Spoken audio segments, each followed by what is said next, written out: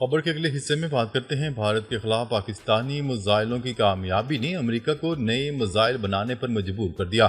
امریکی جریدے بلومبرگ کی ایک حالیہ رپورٹ کے مطابق پاکستان فضائیہ نے چین کے تیار کردہ جدید میزائل PL-15 کو استعمال کرتے ہوئے بھارتی جنگی طیاروں کو 100 میل سے زیادہ فاصلے سے کامیابی کے ساتھ نشانہ بنایا۔ اس کارروائی کے دوران پاکستانی طیاروں کو جوابی حملے کا کوئی خطرہ درپیش نہیں ہوا۔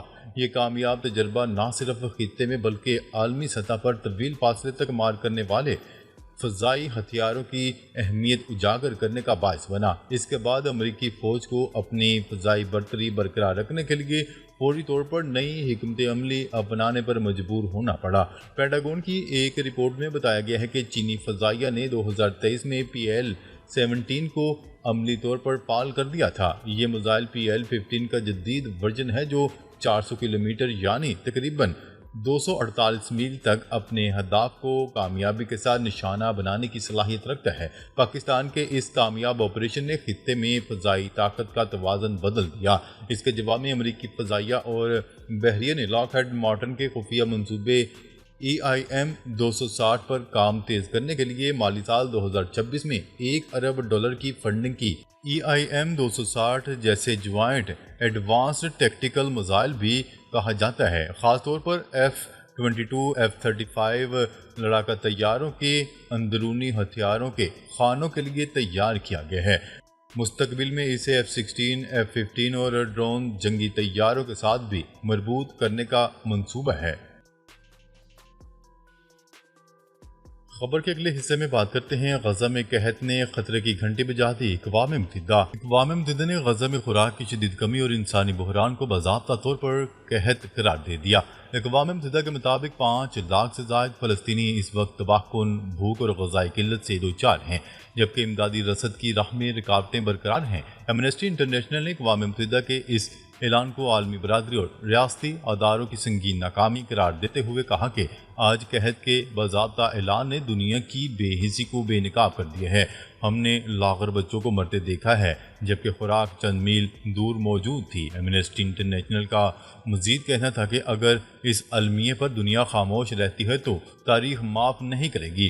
غزہ میں اسرائیلی بمباری کا سلسلہ بھی جاری ہے، جس کے نتیجے میں مزید 71 فلسطینی شہید ہو چکے ہیں، جبکہ 2 شہری بھوک سے جاں بحق ہو گئے۔ عرب میڈیا کی رپورٹ کے مطابق اسرائیلی حملوں کے آغاز سے اب تک شہید ہونے والے فلسطینیوں کی مجموعی تعداد 62,263 ہو چکی ہے۔ خبر کے اگلے حصے میں بات کرتے ہیں اسرائیل پر پابندیوں کے لیے کابینہ کی حمایت حاصل کرنے میں ناکامی، نیدرلینڈ کے وزیر خارجہ مستعفی۔ عالمی خبرساں ادارے کی رپورٹ کے مطابق نیدرلینڈ کے وزیر خارجہ نے غزہ میں اسرائیلی فوجی حملے کے خلاف اضافی پابندیوں کے لیے کابینہ کی حمایت حاصل کرنے میں ناکامی کے بعد استعفیٰ دے دیا۔ استعفے سے متعلق دیے گئے بیان میں کیسپر نے کہا کہ میں اضافی طور پر بامانی اقدامات پر حمایت حاصل کرنے میں ناکام رہا۔ ان کا کہنا تھا کہ میں دیکھ رہا ہوں کہ غزہ کی سرزمین پر کیا ہو رہا ہے۔ ایک کابینہ کے طور پر ہم نے پہلے بھی کئی اقدامات کیے۔ نیدرلینڈ کے پاس شرمندہ ہونے کی کوئی بات نہیں ہے۔ اس سلسلے میں اضافی اقدامات کرنے کے حوالے سے میں نے کابینہ میں کئی بار مزاحمت محسوس کی۔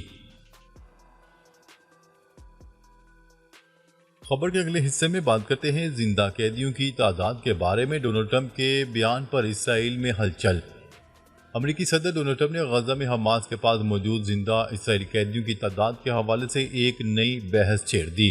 جمعے کے روز وائٹ ہاؤس میں پریس کانفرنس کے دوران ڈونلڈ ٹرمپ نے کہا کہ حماس کے پاس موجود اسرائیلی قیدیوں میں زندہ بچ جانے والوں کی تعداد غالباً 20 سے کم ہے، جبکہ مجموعی طور پر حماس کے پاس 50 قیدی ہیں۔ انہوں نے مزید کہا 2 قیدی ممکنہ طور پر غزہ میں اپنی جان گنوا بیٹھے ہیں۔ ڈونلڈ ٹرمپ نے بتایا کہ انہیں اندازہ تھا کہ جب قیدیوں کی تعداد 20 رہ جائے گی تو حماس سمجھوتہ مسترد کرنا شروع کر دے گی۔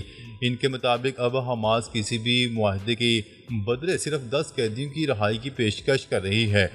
ڈونلڈ ٹرمپ نے باقی قیدیوں کی رہائی کا سہرا بھی اپنے سر باندھ لیا اور کہا کہ اب ان قیدیوں کے اہل خانہ اسرائیل کے غزہ پر قبضے کے منصوبے کی مخالفت نہیں کرتے۔